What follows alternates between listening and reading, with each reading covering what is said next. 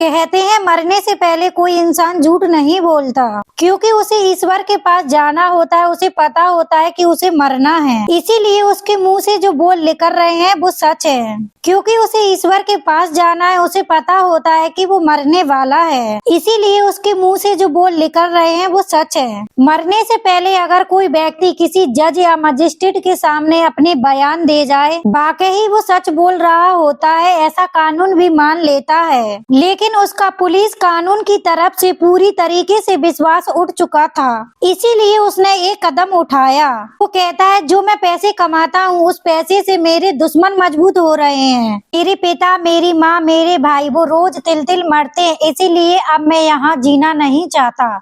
कुछ ऐसी बात वो कहता है। साथ ही कहता है मेरी लाश जो हो उसे मेरी पत्नी से बहुत दूर रखना, मेरी पत्नी को मेरे आसपास भी भटकने नहीं देना। साथ ही कहता है मेरी अस्थियों को जब तक विसर्जन नहीं करना जब तक मुझे इंसाफ ना मिल जाए। यदि इंसाफ ना मिले तो मेरी अस्थियों को जिस अदालत के सामने केस की सुनवाई चल रही थी, ठीक उसी अदालत के सामने जो गटर होगा ना, उसी गटर में विसर्जन कर देना, बहा देना। एक आखिरी बात, मेरे बच्चे को मेरी माँ पिता को दे देना, क्योंकि मेरी पत्नी उसकी परवरिश करने में सक्षम नहीं है। उसने ये बात कही थी। ये बात कहने के बाद भारत का ऐसा कौन सा हिस्सा होगा यहाँ पर ये सोशल मीडिया पर एक कहानी वायरल नहीं हुई हो? ऐसा कौन सा व्यक्ति होगा जिसने ये बात पूरी तरीके से सुनी नहीं होगी? जिसने भी ये बात सुनी थी उसकी आंखों में आंसू आ जाते हैं, वो सोचने पर मजबूर हो जाता है। इसके बाद चाहे सोशल मीडिया के अलग अलग हैंडल्स हो, चाहे वो इंस्टाग्राम हो, एक्स हो, जहाँ देखो वहाँ एक ही बात की गूंज फैल रही थी कि आखिरकार अतुल ने ऐसा क्यों किया।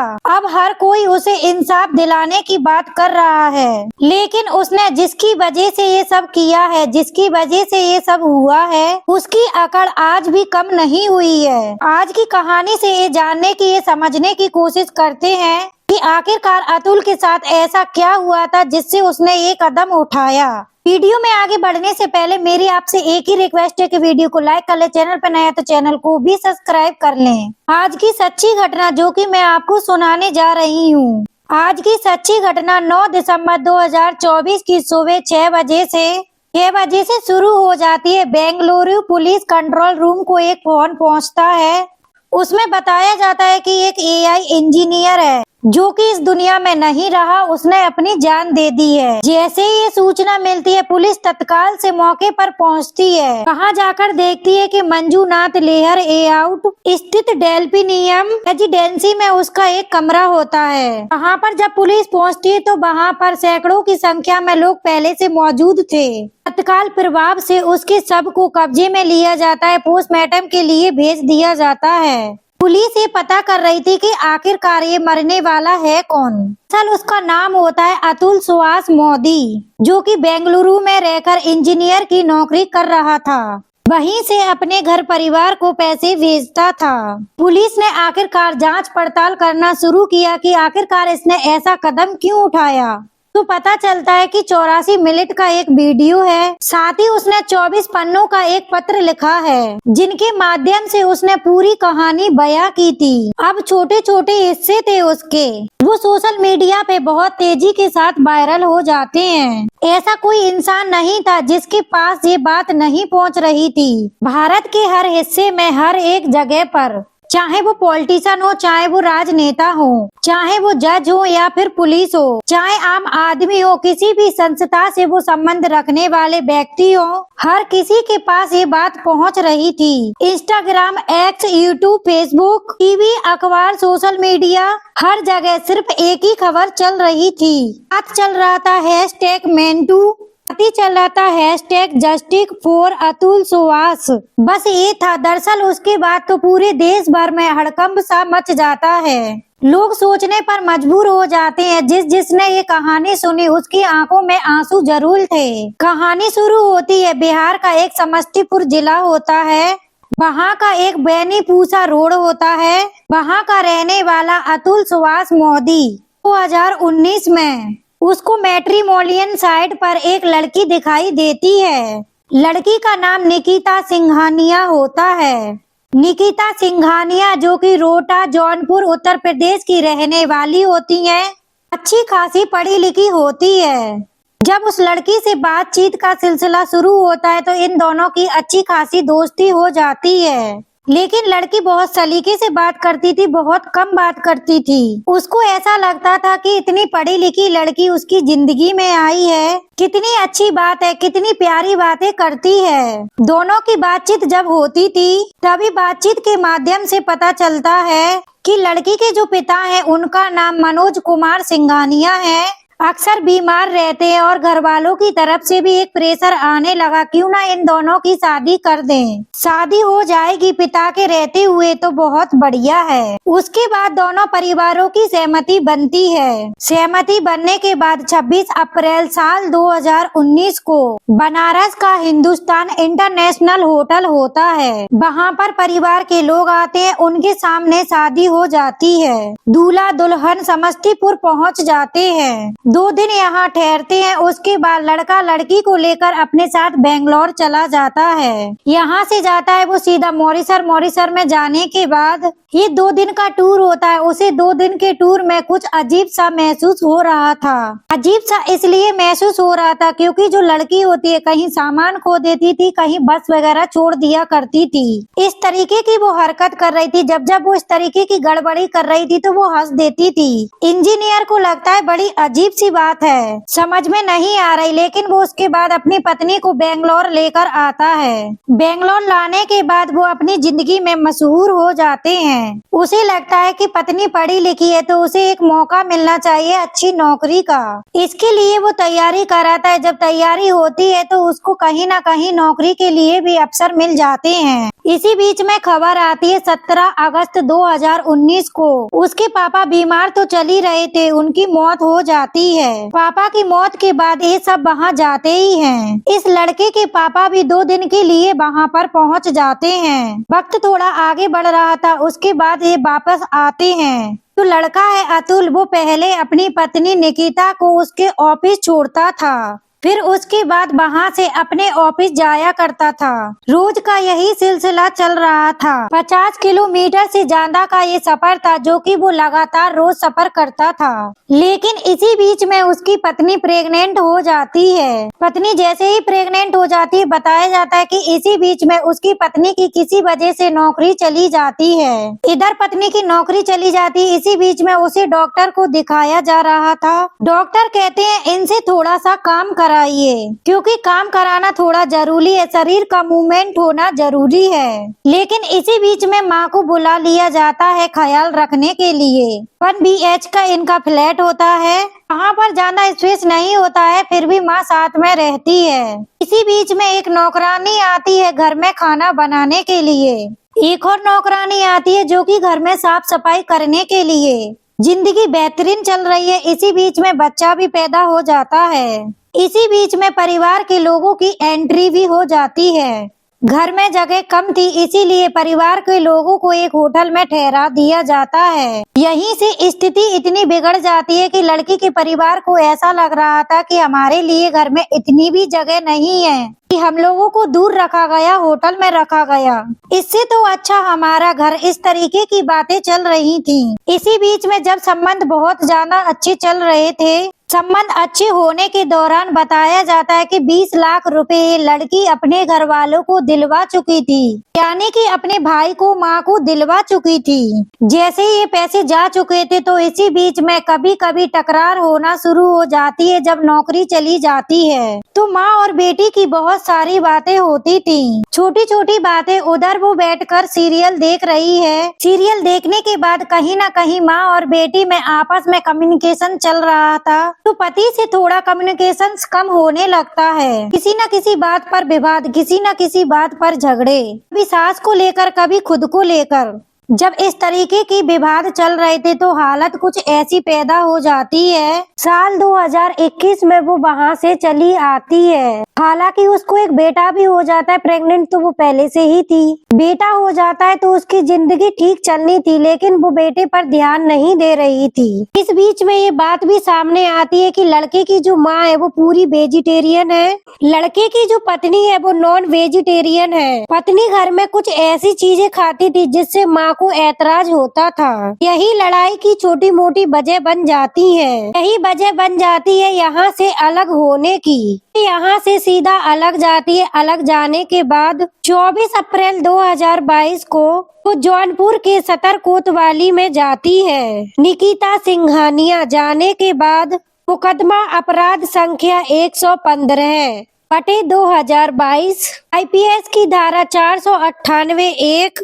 323, 504 प्रतिषेध के नियम धारा 3, धारा 4 के तहत मुकदमा दर्ज कर लिया जाता है। ये पहला मुकदमा था उस लड़के अतुल के साथ ही उसकी माँ, उसके पिता, उसके भाई के खिलाफ मुकदमा दर्ज होता है। उसके बाद तो मुकदमों की ऐसी झड़ी लग जाती है, चाहे वो हत्या का हो। मैंने पीछे ये बताया था कि उसके पिता बीमार रहते थे। बीमार रहने के दौरान उनकी मौत हो जाती है। इस लड़की ने ये आरोप लगाया कि मेरे पिता की जो मौत होती है मेरे पति की उत्पीड़न की वजह से होती है, इसीलिए उनकी जान चली गई।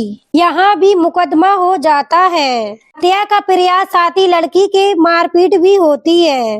पैसे के लिए उत्पीड़न, लगातार दहेज के लिए दबाव बनाया जाता है। 10 लाख रुपए चाहिए, नहीं तो मारपीट होती थी। साथ ही लड़की के साथ प्राकृतिक यौन संबंध भी बनाने की कोशिश की जाती थी। ऐसी घरेलू हिंसा, दहेज, ऐसी 9 FIR दर्ज कर ली जाती है। जब वो लड़का बेंगलोर से जौनपुर का सफर करना शुरू कर देता है, 1827 किलोमीटर का ये सफर होता है। पति पत्नी में विवाद, फिर FIR पर FIR, 9 FIR दर्ज हो जाती है। जब FIR हो जाती है तो 1827 किलोमीटर का सफर करके वो जौनपुर पहुंचता था, ताकि जो अदालत में केस की सुनवाई चल रही है बातचीत कर सके। तो पता चलता कि जज साहब तो छुट्टी पर है। पता चला कि लड़की नहीं आई है। पता चला कि किसी बात पे हड़ताल हो गई है। इस तरह से वो लगातार चक्कर काटना शुरू कर देता है। 2022 में पहला मुकदमा दर्ज होता है। 2024 में आकर 9 मुकदमे दर्ज हो जाते हैं। अब उसे हर दिन किसी न किसी परेशानी से, किसी न किसी दिक्कत से जूझना पड़ रहा था। एक दिन कुछ ऐसा होता है, पत्नी होती है फैमिली कोर्ट की जज साहिबा होती है। इसी बीच में वो कहता है कि मैडम आप जानती नहीं है, NCRB की जो रिपोर्ट होती है, झूठी रिपोर्ट लिखवाने पर जो पति होते हैं बड़ी संख्या में वो अपनी जान दे देते हैं। तो पत्नी कहती है तुम पीछे क्यों हो, तुम क्यों नहीं दे देते हो। अब इस तरीके की बात होती है तो जज साहिबा ये बात सुन रही थी। इसके बाद वो हंस देती है, बजाय वो ये समझाने की कि तुम इस तरीके की बातें क्यों कर रही हो। जज साहिबा हंस रही थी। इस बीच में वो परेशान तो रह ही रहा था, बार बार उसके चक्कर लग रहे थे। वो कोर्ट से कैसे भी सेटलमेंट कराना चाहता था, किसी भी तरीके से सेटलमेंट हो जाए, बात खत्म हो जाए। जो ये झगड़े हो रहे वो झगड़े होना बंद हो जाए। एक दिन उसकी पेशगार से बात हो रही थी, ऐसा आरोप लगता है ये सब चीजें मीडिया पे भी वायरल हो रही थी। पेशगार ने 3 लाख रुपए की डिमांड की। जज साहिबा ने शायद 3 लाख रुपए की डिमांड उस पेशगार के माध्यम से की थी। बात नहीं बन पाई। सीधे सीधे जब जज से बात होती है पता चलता है कि जज साहिबा 5 लाख रुपए की डिमांड कर बैठती हैं। कहाँ से लाए वो इतने सारे रुपए। पहले ही वो 20 लाख रुपए अपने ससुराल वालों को दे चुका था। इस बीच में पैसे, 1800 किलोमीटर का सफर कोई कम नहीं होता। लगातार ऐसे ही चल रहा था। जब सेटलमेंट की बात आती है, मेंटेनेंस यानी कि जो बच्चा है उसके लिए खर्चा मांगा जाता है। मांग तो की जाती है 2 लाख रुपए के आसपास। 2 लाख रुपए नहीं, जज साहिबा की तरफ से 29 जुलाई 2024 को पति को एक आदेश किया जाता है बच्चे की परवरिश के लिए। जब तक कि वो 18 साल का नहीं हो जाए तब तक आपको 40,000 रुपए प्रति माह देने ही पड़ेंगे। अब कोर्ट का आदेश था, बात तो उसे माननी थी, आखिरकार करे तो करे क्या। इधर जो बात आती है जान देने की, कभी सास कह देती है अरे तुम्हारी तो कोई खबर ही नहीं आई, हमने तो अखबार टटोल कर भी देख लिया। जब इस तरीके की बात चैट सोशल मीडिया पे वायरल होने लगती है तब सास का भी एक अजीब रूप सामने आता है। इस तरह से 8 दिसंबर 2024 की रात उस रात को उसने अपनी जिंदगी की अंतिम रात बना लिया। 9 दिसंबर 2024 को इस घटनाक्रम के बारे में जब लोगों को पता चलता है, जब ये सोशल मीडिया पे पूरी कहानी वायरल हो जाती है, दरअसल 24 पन्नों की ये कहानी थी। साथ ही एक 84 मिनट का वीडियो होता है जिसमें उसने छोटे से छोटे पहलुओं के बारे में बातचीत की थी। उसमें उसने लोगों को समझाने की कोशिश की थी क्योंकि उसका पुलिस की तरफ से पूरा विश्वास उठ चुका था। जज ने उसके साथ जिस तरीके का व्यवहार किया उसको लेकर वो परेशान हो चुका था। जब वो एक कदम उठाने के लिए मजबूर हो जाता है, बेबस हो जाता है। जब इसी बीच में ये पूरी कहानी बन जाती है। जो लड़के का भाई होता है विकास मोदी होता है, वो बेंगलुरु पुलिस स्टेशन जाता है, वहाँ FIR दर्ज कराता है। लड़की यानी कि उसकी पत्नी होती है निकिता सिंघानिया के खिलाफ, सास निशा सिंघानिया के खिलाफ, भाई अनुराग सिंघानिया के खिलाफ, चाचा ससुर जो होता है सुशील सिंघानिया के खिलाफ FIR दर्ज हो जाती है। हर किसी के मोबाइल में ये कहानी वायरल होना शुरू हो जाती है। अब यहाँ से पत्रकारों का एक जमघट जाता है। 2-4 पत्रकार जौनपुर के रोटा इलाके में पहुँच जाते हैं। जाकर वहाँ बातचीत करने की कोशिश कर रहे थे पत्रकारों। इसी बीच में 11 दिसंबर 2024 का ये वाकया है। जैसे ही घंटी बजाई जाती है, आवाज दी जाती है, ना ही कोई आवाज पे आता है ना ही कोई घंटी पे आता है। जब पत्रकारों ने कैमरा चलाना शुरू किया, जो लड़का होता है उसका साला, साथ ही उसकी अतुल की सास, वो बालकनी से झांककर उन्हें डांटते हैं, धमकाते हैं कि इस तरीके की वीडियो बनाने की कोशिश नहीं करना। यदि तुमने इस तरीके की बात करनी शुरू करी तो अंजाम ठीक नहीं होगा। यानी कि सीधे सीधे धमकी। पूरे देश भर में ये कहानी चल रही है। लोग आवाज उठा रहे हैं कि अतुल को न्याय मिलना चाहिए। उसके बावजूद उनकी हिम्मत तो देखिए, वो मीडिया वालों को धमकाने की कोशिश कर रहे हैं। तब जाके लोगों ने एक तरह से ट्रेंड करना शुरू कर दिया।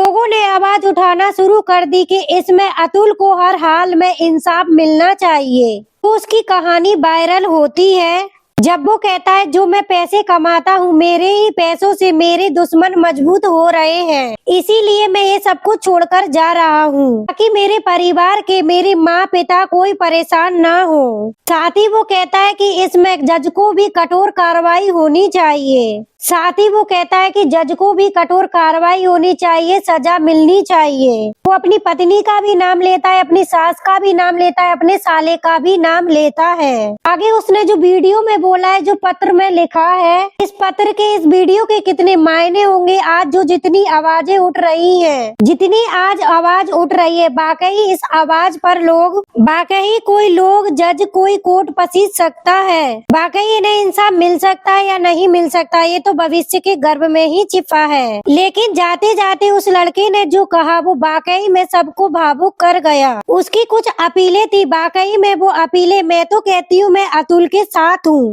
क्योंकि अतुल ने जो कहा है कि उसका जो बेटा है उसके माता पिता को मिल जाना चाहिए, उसकी पत्नी शायद सक्षम नहीं है। इतनी बड़ी बात एक पढ़ा लिखा आदमी, AI इंजीनियर, तो इस तरीके की बातें कर रहा है, जो मरने से पहले अपनी ये बातें बता रहा है क्योंकि वो सच ही बोल रहा होगा। वो ईश्वर के पास जा रहा है, इसीलिए जो ईश्वर के पास जाते हैं वो झूठ नहीं बोलते हैं। वो ये कहता है कि तब तक उसकी अर्थियों का विसर्जन नहीं होना चाहिए जब तक इंसाफ ना मिल जाए। यदि इंसाफ मिल गया तो ठीक है, अगर इंसाफ ना मिले तो उसी कोर्ट के सामने जो नाला होगा, गटर होगा, उसी में मेरी अस्थियों को बहा देना। साथ ही उसकी पत्नी उसके शरीर को छू ना सके, उसकी लाश को छू ना सके।